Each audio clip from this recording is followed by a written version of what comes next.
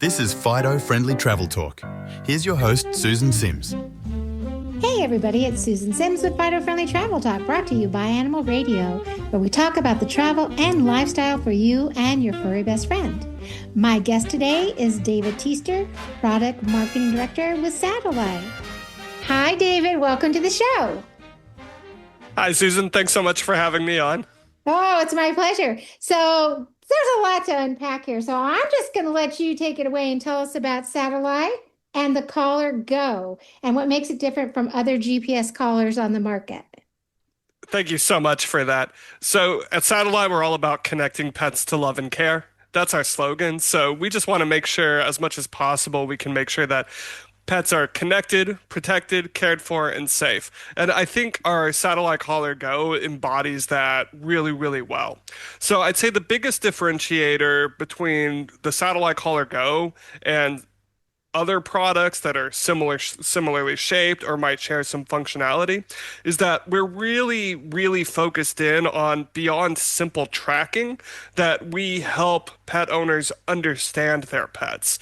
And a huge part of that is through our PetSense AI.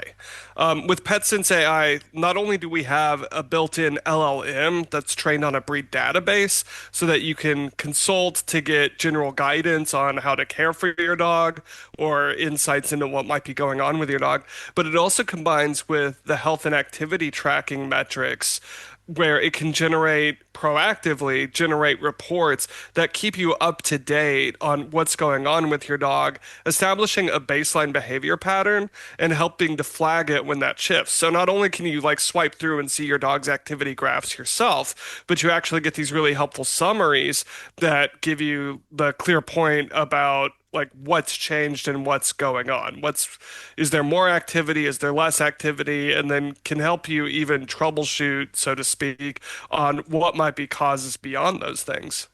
Wow, that's like all future stuff. So the future is here. So is that the AI powered health monitoring, is that what we're talking about? Yes, ma'am. That's one of the biggest differentiators, I think. Okay. And so what does that look like? Let's say so we start this up and we get online and the pet has the collar in, and what is it? How does it do does it do a body scan, or how does it know what the health situation is to start with? Right. So there is a certain period of time that you'll need to have your pet wear the collar so that it can establish kind of this baseline on what your pet's behavior looks like. So initially, it'll actually just kind of go off of breed standards, or so when you set up the app, you'll take a picture of your dog and the AI will speculate on what the breed is. But you can correct it if it's a little inaccurate or if it didn't get it quite right or if your dog is a mix. But it can at least like start from there as a reference point comparing to what breed standards tend to be to help kind of make general comparisons on what your dog's health should be and is. But over time, it establishes an individual baseline for your dog specifically. And once it has that behavior pattern established, which I think typically takes about like 1 to 2 weeks, just kind of depending. Mhm. But once it has that baseline, then that's when it starts comparing your pet today to your pet over time. So what kind of dog or cat would this be perfect for? Or are we just like with my dog Honey, she's a 12-pound Jack Russell Chihuahua mix, and she doesn't leave my side. However, when we travel, which we do a lot of, and let's just say the unthinkable happens and we're in a hotel room, something happens and out the door she goes. Uh, so she's not really, she's not really, I don't know if it's a typical type of animal, but it's almost like you're going to feel so much better knowing that if something happened, you've got this to lean on. But are there other animals you think that it's maybe geared toward, and cats as well, right? For this specific product, it's really best for dogs, especially when it comes to the health and activity metrics. Like, it's really designed for monitoring dogs specifically because the algorithms have been trained off of their motion.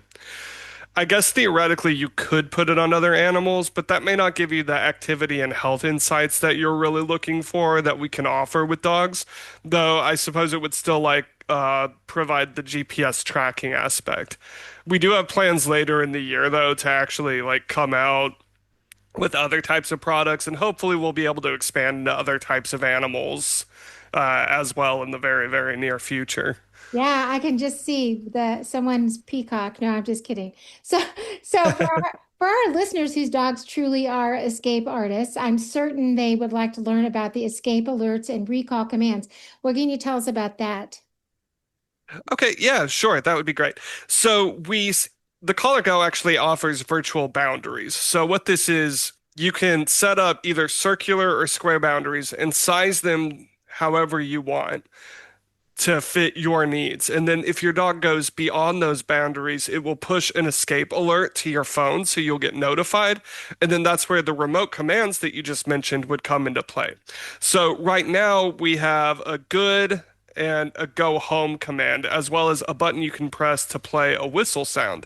But one function that we've also added recently is what we call doggy talkie, which is a two-way audio function. So you could actually like talk to your dog to issue a command directly in your own voice, like come home, go back, sit, stay, so that you can go get them, or whatever else might be helpful in that regard. It's limited in training aspects to compared to some other options that you could get out there, like the big like geofencing collars. Yeah. But it does still have some things that help you kind of command your dog remotely, soothe them if they're agitated, and things like that.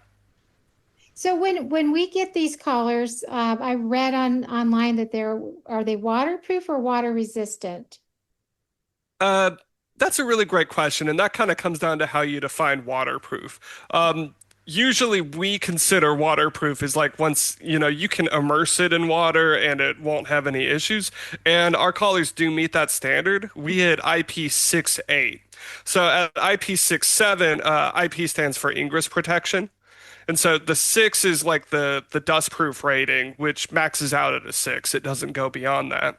And then for the waterproof rating, there's a bunch on the scale, but basically seven and eight at the waterproofing scale indicate that it can handle prolonged submersion in water. And at an eight handles even longer submersion than a seven. So I think for a seven, I'll have to double check on the specifics, but I believe at a seven, you can do less than 2 meters of water for about 30 minutes. And Oh, that at an eight, you can go deeper than that for a longer period of time, oh. and the device will still be fine. Oh, wow. That's awesome for the water dogs out there. So we get the collar home. We read up on all the things we need to do, get it ready to go. How long will it take to charge it? How long does the charge last? All wonderful questions. So for the charging time, I believe if I'm not mixing up the charging times on the different devices, this one should be about like 2 to 3 hours, I think, to fully charge. The battery life, our maximum battery life in lab testing is about 15 days. I think that is kind of predicated on a specific European version of the device because I think the data usage is a bit different in the US. And I think like in practical terms, you're probably looking at like at least 7 days as being realistic, depending on your usage. Okay. Well, that's But we're also like constantly optimizing like the power usage for the apps and so because we add a new feature and now it uses more power and we've got to optimize the battery life again. So there is some room for fluctuation there. well, this is all great news for all pet parents out there. And is there anything else you'd like our listeners to know before I let you go? I would just say like, we all just think that dogs are the best. And there's so many ways that it's easy to miss signs of issues or misunderstand what those signs are pointing to.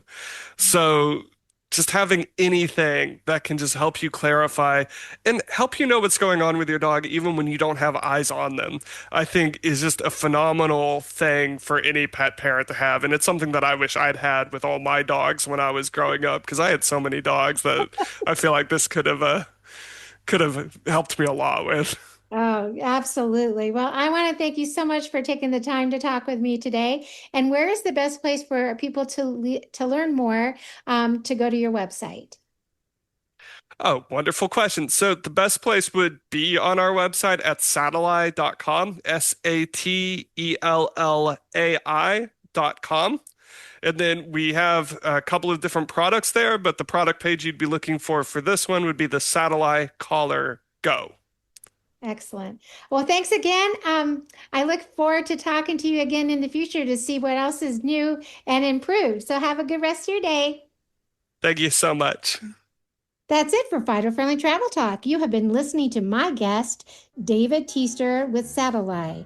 Visit their website, satellai.com. And for more information about today's show or just about traveling with Fido, log on to fidofriendly.com. Until next time, travel safe and leave no dog behind. This is Susan Sims with Fido Friendly Travel Talk.